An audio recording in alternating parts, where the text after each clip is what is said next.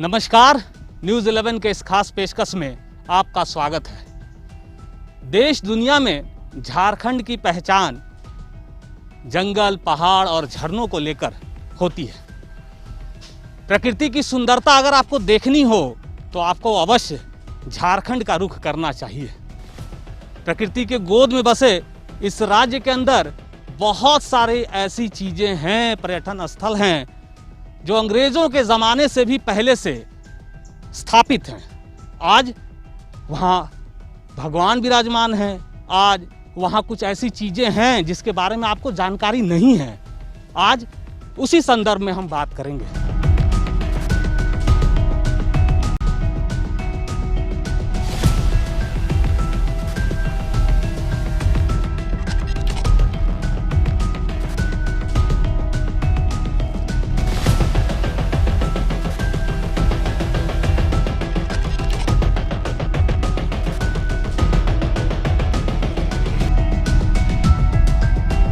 कुछ इलाके दिल में रोचकता पैदा करते हैं, हमें सोचने पर मजबूर कर देते हैं कि क्या है इसके पीछे का रहस्य।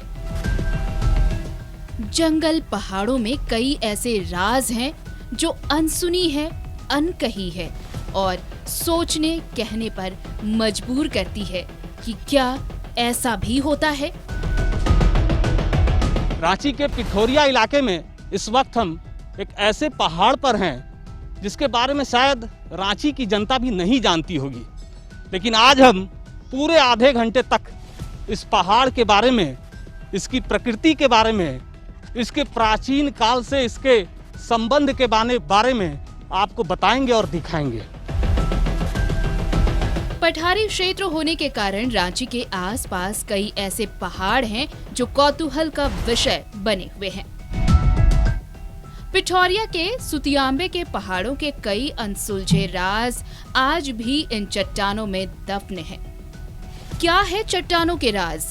क्यों ये चट्टानें एक अलग आकृति का एहसास दिलाते हैं?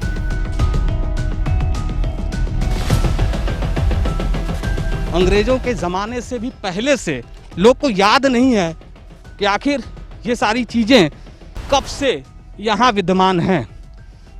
इस वक्त हम जिस पहाड़ पर हैं और हमारे साथ अरविंद पाहन जी हैं। सबसे पहले अरविंद जी एक जानकारी चाहेंगे। ये बहुत नीचे से हम ऊपर तक आए, हम तो काउंट नहीं किए, टोटल कितनी सीढ़ियां हैं? यहाँ पर 336 सीढ़ियाँ हैं। इससे आदमी बाबा के पास पहुँचते हैं। यहाँ पर पुराने ज़माने से यहाँ जो भी मन्नत लेने के लिए आते हैं और जो भी काम के लिए अपना विचार सोच के आते हैं उनका काम पूरा करते हैं। ये बाबा हमेशा विराजमान है। यहाँ पर इनका बहुत बड़ा उपाधि है और यहाँ के लोग को बहुत बड़ा मानसा और उत्साह पैदा करके रखे हैं। आप चूँकि मुंडहर बाबा के वंशज हैं, ये जो जिस जगह पर हम खड़े हैं ये क्या है? ये बजरंग बली का पूजा होता है। ये हवन कुंड है। यहाँ पर जो भी पूजा पाठ होते हैं तो यहाँ पर हवन किया जाता है। ये आपरूपी है? ये आपरूपी है। हम देख रहे हैं पानी भी ऐसे ही रहता है। पानी जो ऊपर से जो आता है वो यहाँ पर रुक जाते हैं और रुक जाने से यहाँ पर पानी जमाव हो जाता है।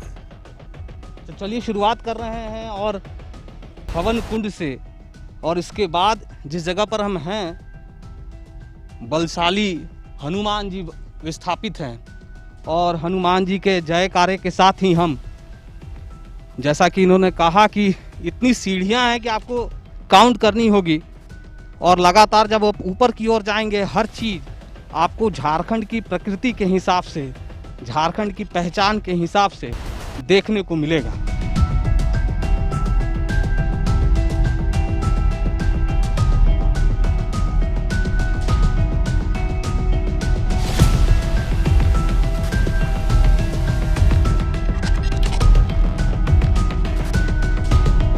माना जाता है कि ये चट्टानें सैकड़ों साल पुरानी हैं। प्राचीन सभ्यता के लोग चट्टानों को तराश कर ऐसी ही आकृति बनाते थे। शायद यहाँ कोई धार्मिक मान्यता है कि सुतियाम्बे की ये आकृति सामने आई है। और जैसे ही लोग ऊपर की ओर आते हैं, सबसे पहले यहीं मत्था टेकने के बाद ऊपर की ओर, चूंकि ताकत चाहिए, ये बहुत आम बात नहीं होगी कि आप इतनी सीढ़ियां चढ़ते हुए ऊपर की ओर चले जाएं। हमको लगता है कि शायद इसीलिए हनुमान जी यहाँ से ताकत देते हैं, तभी कोई ऊपर जा सकता। जी हाँ, ये हनुमान जी यहाँ शुरुआत में सारा चीज़ का व्यवस्था किए थे। जब पुराने ज़माने में यहाँ पर किसी तरह का कोई भी अंग्रेज़ जब यहाँ पर किसी तरह का माने दबाव करने के लिए आते थे, तो पहला हमारे हनुमान जी थे, पहले उसको ऊपर नहीं जाने देते थे। ऊपर नहीं जाने देते थे, सही कहे। हम लगातार इस पहाड़ के शीर्ष तक जाएंगे और आपको बता दें कि बहुत सारी ऐसी तस्वीरें हैं जो आपने इससे पहले नहीं देखी होंगी। भगवान भोलेनाथ ऊपर विराजमान हैं और इसके साथ साथ एक ऐसी गुफा है जहां से हर व्यक्ति पार नहीं हो सकता। आप सोच रहे होंगे क्यों नहीं हो सकता? वो इसलिए कि अगर उस व्यक्ति के मन में कहीं कोई छल हो तो आप उस गुफा के अंदर से बाहर की ओर नहीं निकल पाएंगे।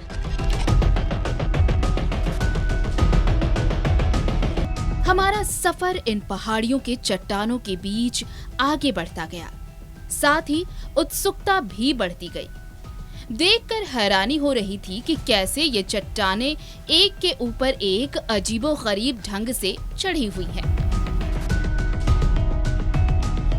जैसा कि हमने कहा कि 336 सीढ़ियां आपको चढ़नी होगी अगर आप इस पहाड़ के टॉप तक जाना चाहते हैं और बाबा भोलेनाथ के दर्शन करना चाहते हैं। लेकिन जैसे जैसे आप सीढ़ियां चढ़ेंगे वैसे वैसे बहुत सारी चीज़ें, बहुत सारी मान्यताएं, बहुत सारी ऐसी बातें हैं जो आपको बताना, आप तक पहुंचाना ज़रूरी है, क्योंकि हम जिस यात्रा में हैं उस यात्रा के कई पड़ाव हैं। एक ऐसे ही पड़ाव से गुजरते हुए जब हम पार कर रहे थे तो पाहन जी ने बताया कि यहाँ नाग देवता का वास है। शुरू से ही इस अंदर की जो गुफा आप देख रहे हैं, इसमें ये कहा जाता है कि यहाँ नाग देवता वास करते रहे हैं और अभी भी समय समय पर यहाँ वो जरूर प्रकट होते हैं। अभी भी कितना दिन हो गया होगा, कुछ लोग मैंने कहने का मतलब सावन के अंतर्गत ये आए थे और अभी जो लास्ट सावन में ये प्रवेश कर गए हैं। यही मनसा माँ के नाम से पूजा होता है गांव में, इन्हीं के नाम पर। ये आप, चूँकि आपने कहा कि आपके पूर्वज भी यहीं पर रहे, सब कुछ देखभाल किए हैं, तो कभी याद हो जो खुद नाग देवता प्रकट हुए हों और उनको देखा हो? नहीं, वो लोग तो देखा है, लेकिन देखे हैं प्लस हम भी यहाँ पर इसको विराजमान देखे हैं। तो वो बहुत आपको देखने के बाद तो पहली बार में डर लगा होगा। हाँ, जब हम इस अपना जो पाहन का काम कर रहे थे उस समय यहाँ पर ये प्रकट हुए और कहने के मतलब अपना विशाल रूप लेके खड़ा हुए, तभी हम उसका हाथ जोड़ के उसे प्रणाम किए और उसके बाद वहीं प्रवेश कर गए।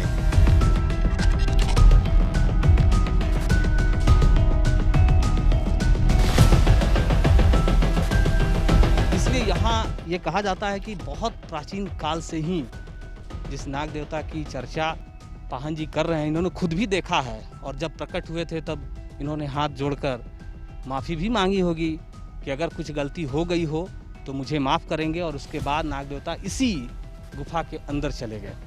तो यात्रा लगातार जारी है। हम ऊपर की ओर 336 जिस सीढ़ियों से चढ़ते हुए हम ऊपर तक जाएंगे, और हमने पहले ही आपको कहा है कि एक ऐसी गुफा जिसको देखने के बाद शायद आप यहाँ आने के लिए मजबूर हों, क्योंकि अगर आप रांची में हैं, अगर आप झारखंड में हैं, अगर आप इस देश में हैं तो आपको इसके दर्शन करने चाहिए।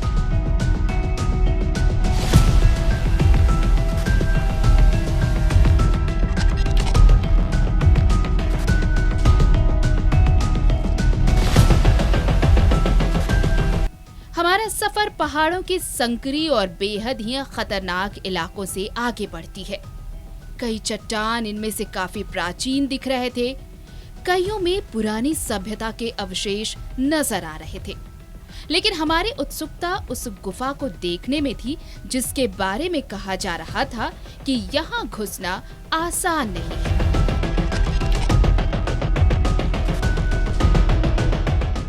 तो हमारी ये यात्रा ऊपर की ओर लगातार बढ़ रही है। जैसे जैसे आप सीढ़ियों से ऊपर की ओर जाएंगे, आपको मैंने कहा कि प्रकृति के गोद में बसा ये झारखंड आपको इन तस्वीरों के माध्यम से भी नजर आएगा।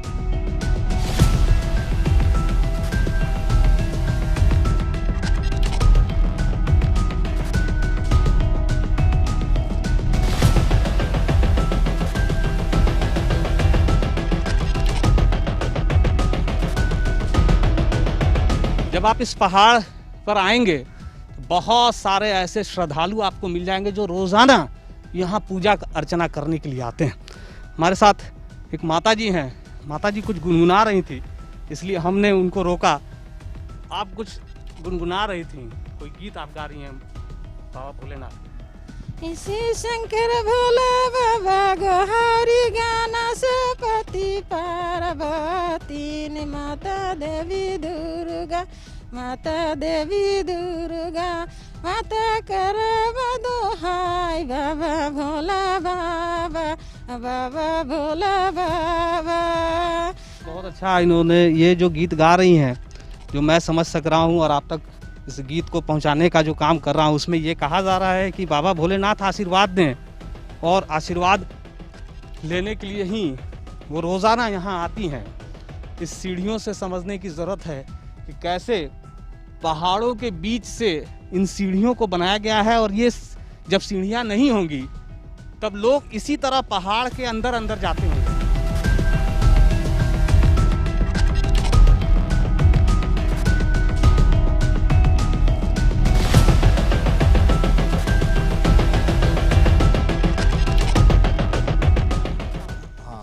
पहले उस समय जंगल ज़्यादा था, आदमी को आने जाने के लिए भी तकलीफ होता था। प्लस जो यहाँ पर जो है कि यहाँ सांप बिच्छू भी रहते थे, तो यहाँ के जो पुजारी थे वो साफ सफाई करते रहते थे, किसी तरह से आने जाने में किसी की पब्लिक का। ये जो सीढ़ियाँ बनी हैं, इस पर जो टाइल्स लगे हैं, ये आप लोग अपने सौजन्य से की कि सरकार? ये जो हम सीढ़ी जो बना है सरकार के सौजन्य से बना है, और सरकार इसमें पूरा देख रेख के इसको डेवलप कर रहा है। तो देखिए, ये अगर आप फिर से एक बार देखें, सीढ़ियाँ जैसे जैसे ऊपर की ओर आ रही हैं, इन पत्थरों के बीच से इन सीढ़ियों का निर्माण किया गया है। और ऊपर फिर से यहाँ देखिए, ये दुर्सिनी माता का स्थान है, जो हमारे बाबा से जो आशीर्वाद मिलते हैं, पहले भोले बाबा से जो आशीर्वाद मिलते हैं, उसके बावजूद फिर उतर के माता से भी आशीर्वाद लेते हैं। ये दुर्सिनी माता का स्थान है। मैंने पहले ही कहा कि बहुत सारे ऐसे देवी देवता आपको इस पहाड़ पे आपको मिल जाएंगे, और अगर कोई श्रद्धालु भक्त यहाँ पूजा के लिए आ रहे हैं तो ऐसी तस्वीरें जो आपको हम दिखा रहे हैं, इसके साथ साथ यह भी आप समझ लीजिए कि कैसे इस स्थल पर आने के बाद आप अगर भक्त हैं, बाबा भोलेनाथ के भक्त हैं, दूसरे भगवान के भक्त हैं, माता के भक्त हैं, तो आपको यहाँ आने के बाद बहुत शांति मिलेगी।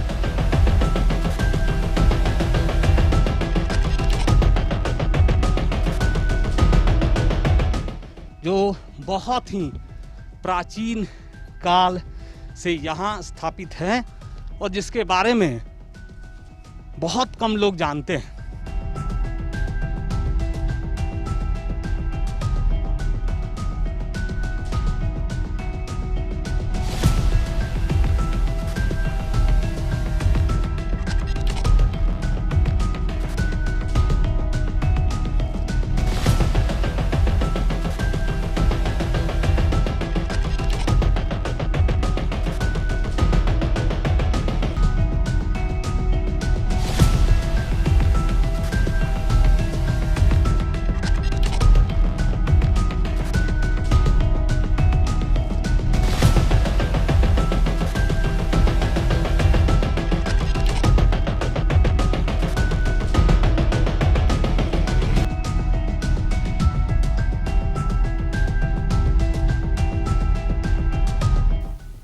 जैसे जैसे हम ऊपर जा रहे थे चढ़ना मुश्किल हो रहा था। ऑक्सीजन कम हो रही थी और पत्थरों से सटी हुई सीढ़ियां कुछ और ही कहानी कह रही थी। लगभग घंटे भर बाद हम पहाड़ की चोटी पर पहुंच गए।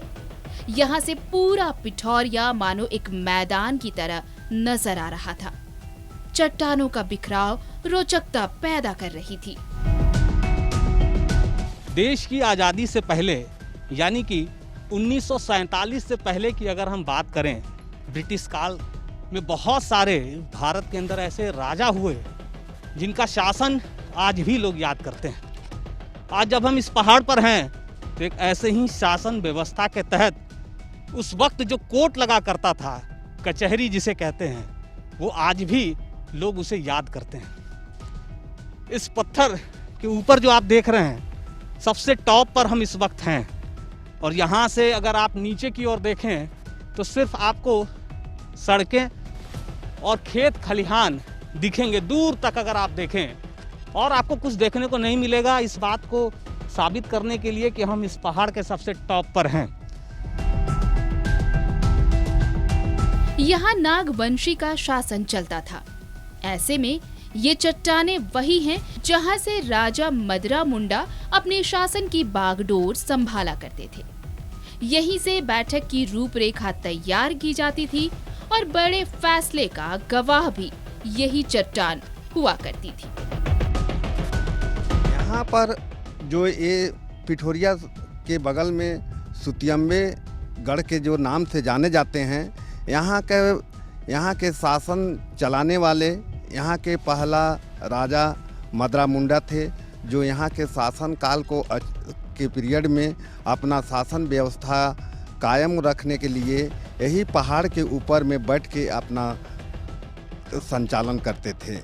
और यहाँ से जितना भी मंत्री लोग नियुक्त थे, वो लोग भी यहीं पर अपना बैठ के कानून व्यवस्था संचालन करते थे। मतलब इसलिए इसको टॉप में सबसे ऊंचा इसलिए चुना गया था कि जनता नीचे रहे, तो जो घोषणा होता था तो उस समय के जो भी यंत्र हुआ करते थे उसके जरिए लोगों तक पहुंचाया। हाँ, पुराने ज़माने में भी आदमी इतना ही शक्तिमान थे और देवी शक्ति सबसे बड़ा महान थे उस समय। जो भी विचार या जो भी अपना मुंह से जो बोलते थे, वो अभी टेलीफोन या है या टीवी है, उस तरह से अपने कान में गुनगुनाने लगता था। ये अजीब सा चट्टान कुछ अलग कहानी कह रहा था। बातचीत के दौरान पता चला कि ये चट्टान तिजोरी का काम करता था और आज भी इस खोखले चट्टान ने कई रहस्य अपने में छिपा रखे हैं।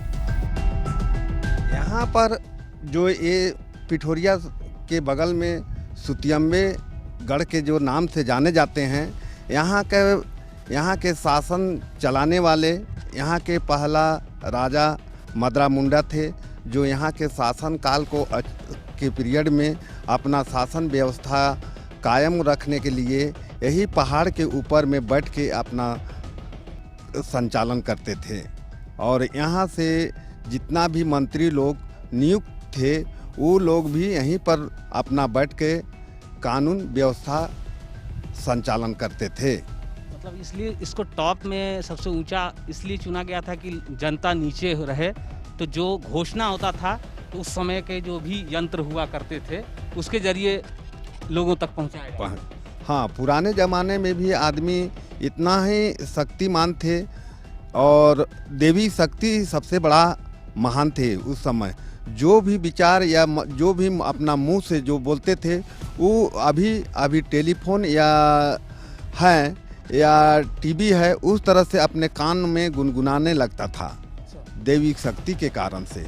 और जो हमारे जो बैठे हुए हैं उसके बगल में हमारा जो राजा के खजाना भी हरखा पेटी के नाम पर है, जो बगल में है जी। ये हाँ, ये हरखा पेटी या तिजोरी। ये अंदर से तो क्या ये पूरा खाली है? खाली है, वो अंदर से खाली है। और वहाँ पर जाके कैसे निकालते थे और कैसे रखते थे, वो तो अभी हम लोग को सोचनीय है। लेकिन वहाँ तक पहुँचना भी बहुत मुश्किल है।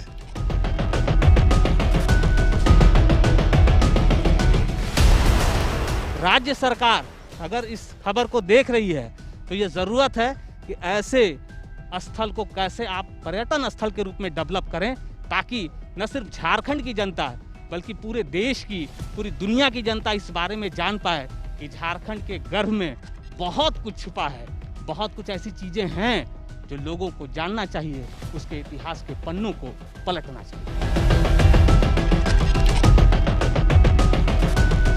चोटी पर पहुंचकर हमें वो गुफा नजर आई जिसके बारे में ये कहा जाता है कि जिसे भोले बाबा का आशीर्वाद ना हो वो इस गुफा में कभी घुस ही नहीं पाता। तो हम जिस गुफा की चर्चा कर रहे थे उस गुफा में हम अब प्रवेश कर चुके हैं और ये जैसे जैसे आप अंदर की ओर जाएंगे, मतलब गुफा के अंदर जाएंगे, रास्ता और भी संकीर्ण होता चला जाएगा। आपको देखकर ये हैरानी भी हो रही होगी और हमारे साथ पाहन भी हैं। अरविंद जी, ये जो रास्ता अंदर की ओर जा रहा है, क्या इसी गुफा की हम चर्चा कर रहे थे? हाँ, ये जो हमारे जो पूर्वजों का या महाराजा मदरा मुंडा जो जिस समय इनका शासन काल में यही रास्ता से गुजरना पड़ता था, जो हम लोग आगे में हम लोग देखें राजा कचहरी के नाम से जाने जाते हैं, वहीं पर कचहरी होता था और यहीं से प्रवेश करके जाना पड़ता था जो, और वहीं पर जो राजा का कचहरी होता था वहीं पर यहीं से प्रवेश होके जाते थे। अगर यहाँ पर किसी तरह का किसी पर छल या कपट होता था तो यहाँ से प्रवेश नहीं हो पाते थे और रिटर्न हो जाते। मतलब ये कहें कि ये भगवान भोले शंकर माता का यहाँ पर भी ये प्रभाव है कि अगर बाबा भोलेनाथ की जिस पर कृपा ना हो, माता की कृपा जिस पर नहीं होगी, वो यहाँ से नहीं पार कर पाएगा। हाँ, यहाँ पर पहला बात, यहाँ भोले बाबा का जो स्थान है बगल में, और यहाँ से जो भोले बाबा से नीचे उतरकर हम लोग को जहाँ हमारे राजा मदरा मुंडा अपना शासन काल में वहाँ कचहरी करते थे, तो यही भोले बाबा के नीचे से द्वार से प्रवेश करके वहाँ जाना पड़ता था, जहाँ राजा महाराजा मदरा मुंडा अपना शासन व्यवस्था को सुदृढ़ और कायम रखते थे। ये बताइए अरविंद जी की क्या अभी भी लोग इधर से आना जाना करते हैं, लोगों को डर नहीं लगता? अभी भी यही माता का जो सही रूप है कि यहाँ पर भी अभी जो माता का और जो भोले बाबा का जो सही कृपा लेके प्रवेश नाम लेके पुकार के और अच्छा मन से जो आते हैं इस द्वार से पार होते हैं, और नहीं तो यह अनाथा यहाँ पार नहीं हो पाते हैं।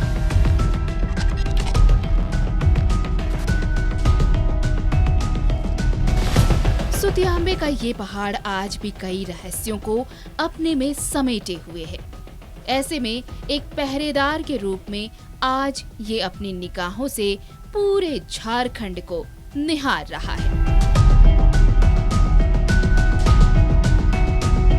ये जो हमने आपको 336 सीढ़ियों के बाद की ये एक ऐसी दुर्लभ तस्वीर, जानकारी आप तक पहुंचानी ज़रूरी थी जो संभवतः झारखंड के संदर्भ में आप नहीं जानते हैं। रास्ता इसी तरह अंदर की ओर जाता है और जो हमने इससे पहले कचहरी की चर्चा की थी, ठीक वहीं पर जाकर वो रास्ता निकलता है। मतलब गुफा की जो दूसरा जो छोर है वो वहां जाकर निकलता है।